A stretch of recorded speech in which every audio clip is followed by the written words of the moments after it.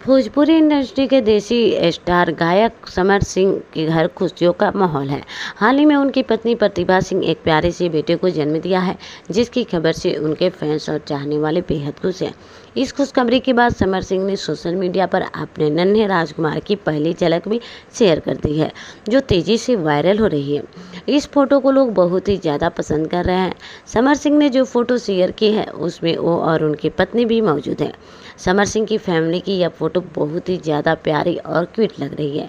इस फोटो में उनके बेटे का चेहरा भी एकदम साफ साफ दिख रहा है, जो दिखने में बहुत ही ज़्यादा सुंदर लग रहा है। क्या दोस्तों, बता दें कि समर सिंह ने अपने ऑफिशियल सोशल मीडिया अकाउंट पर एक पोस्ट शेयर करते हुए अपने पिता बनने की जानकारी दी है। उन्होंने अस्पताल से एक फोटो पोस्ट की है, जिसमें वह अपने नवजात बेटे को गोद में लिए हुए हैं। इस फोटो में सिंगर के बेटे की फोटो भी एकदम साफ दिख रही है। इस पोस्ट के साथ उन्होंने एक प्यारा सा कैप्शन भी लिखा, जिसमें उन्होंने लिखा, हर किरदारी जैसे जीवन की एक नई कविता की पहला शीर्षक हो। इस फोटो में समर सिंह की खुशी साफ देखी जा सकती है। साथ ही फोटो में उनकी प्रतिभा सिंह भी है। प्रतिभा ने बेटे को अपने गोद में लिया है।